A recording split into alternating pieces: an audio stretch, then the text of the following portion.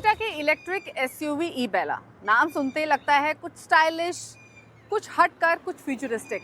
लेकिन आखिर में टोयोटा ई बेला है कैसी, दिखने में कैसी है, रेंज कितनी मिल रही है, परफॉर्मेंस कैसी है, ये सब बातें अगर आपको जाननी है तो चलिए मेरे साथ इसकी टेस्ट ड्राइव पर।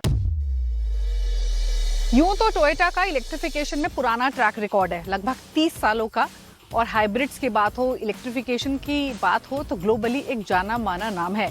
लेकिन इंडियन मार्केट्स में ये पहली बार ईवी सेगमेंट में एंट्री कर रहे हैं अर्बन क्रूजर ई बेला के साथ, जो कि आप कह सकते हैं कि मारुति ई विटारा का एक रीब्रांडेड वर्जन भी है।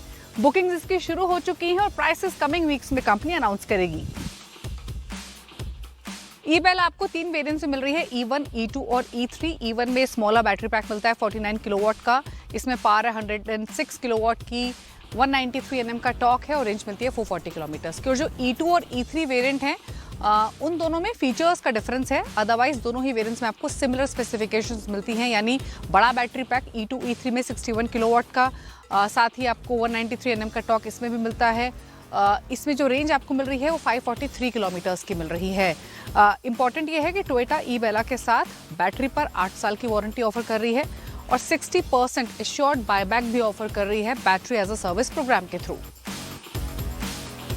डिमेंशंस की बात करें तो इसकी 4.2 मीटर की लेंथ है, 1.6 मीटर की हाइट मिलती है और जो विड्थ है वो लगभग 1.8 मीटर्स की है। हालांकि अंडरनीथ द स्किन ये ई विटारा ही है, लेकिन इसमें आपको लुक वाइज काफ़ी चेंजेस दिखाई देंगे। और इनफैक्ट ये कहना गलत नहीं होगा कि टोयोटा की ई बेला एक्चुअल में एक ब्यूटीफुल, एक गुड लुकिंग कार है और ई विटारा से तो कम्प्लीटली ये अलग अपनी आइडेंटिटी रखती है। क्या आपको मिल रहा है फ्रंट में?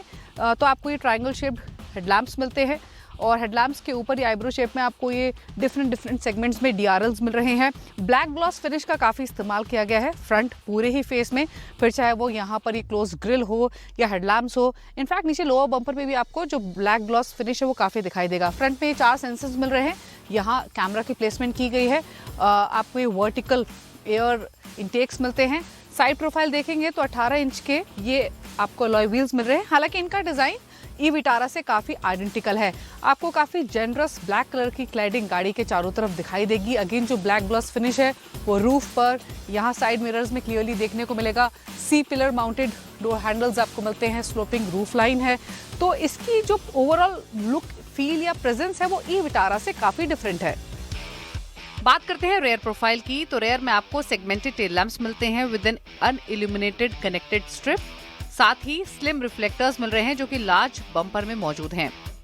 टोयोटा ने इसके ग्राउंड क्लियरेंस के बारे में डिटेल नहीं दी है, बट हम एक्सपेक्ट कर रहे हैं 180-182 मिलीमीटर के आसपास का इसमें ग्राउंड क्लियरेंस होगा, which is adequate for Indian roads.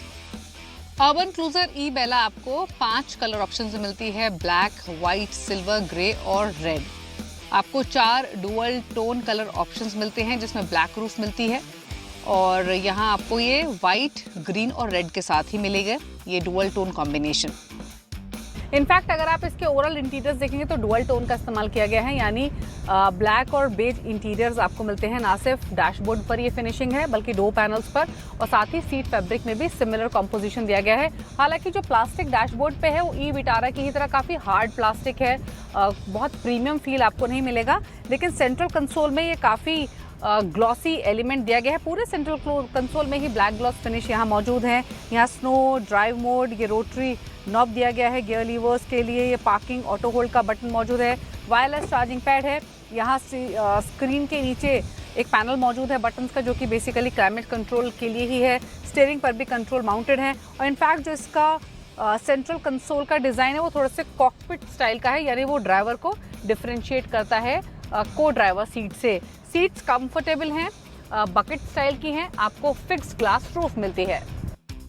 गाड़ी के दरवाजे वाइड एनफ ओपन होते हैं, यानी फ्रंट सीट्स में एंटर करना आसान है। केबिन के विड्थ के हिसाब से कंपेयर करें तो फ्रंट पैसेंजर्स के लिए एनफ स्पेस मिलती है। ड्राइवर सीट को 10 तरीके से एडजस्ट कर सकते हैं। स्टीयरिंग को भी हाइट और रीच के लिए एडजस्ट किया जा सकता है। फ्रंटल और साइड विजिबिलिटी बेहतर है।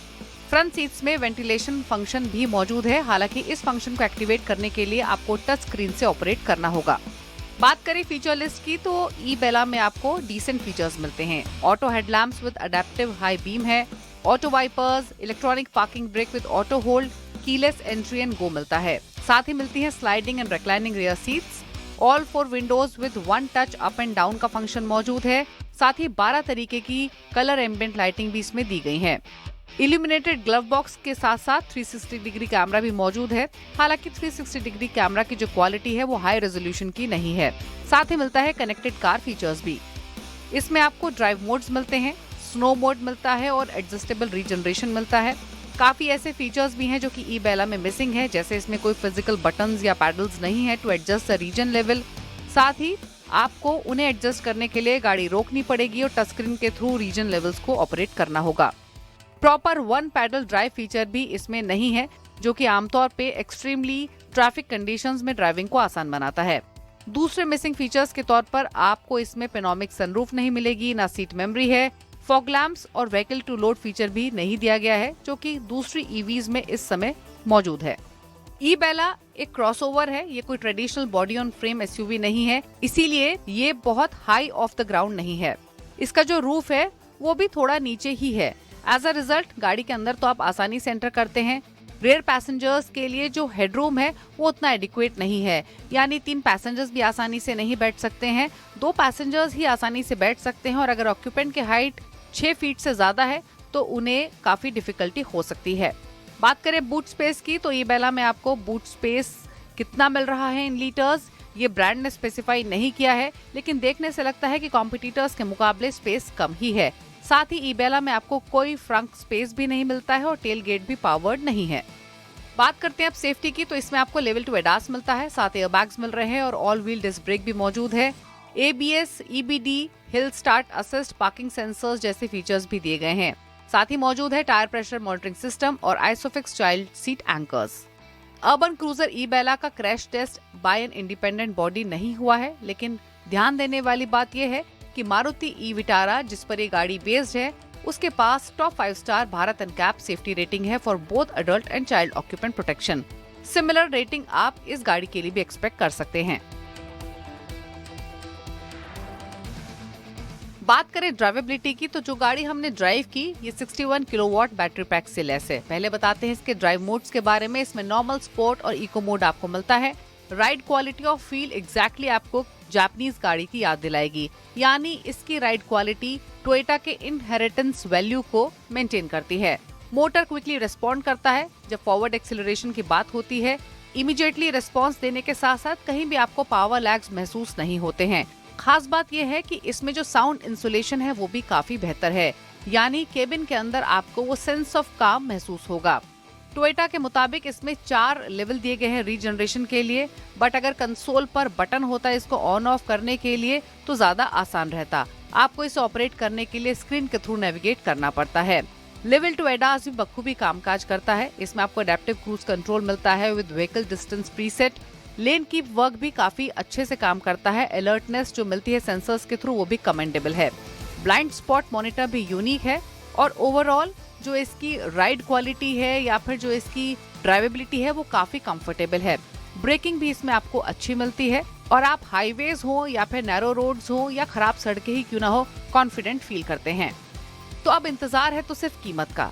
एंटिसिपेट ये किया जा रहा है कि 20 लाख के आसपास इस गाड़ी की कीमत हो सकती है, यानी E1 बेस वेरिएंट की कीमत 20 लाख से शुरू हो सकती है। अब देखना ये होगा कि इस प्राइस के साथ कंज्यूमर्स को ई बेला कितनी पसंद आती है, कंसीडरिंग कि ये टोयोटा का प्रोडक्ट है। इसके साथ मार्केट में ई विटारा भी मौजूद होगी, तो काफी इंटरेस्टिंग रहेगा किस तरीके का रिस्पॉन्स इन दोनों गाड़ियों को मिलता है। तो अगर आप पेट्रोल डीजल से आगे बढ़कर किसी इलेक्ट्रिक गाड़ी को अपने गैराज में खड़ा करना चाहते हैं तो आप टोयोटा ई बेला को जरूर कंसिडर कर सकते हैं।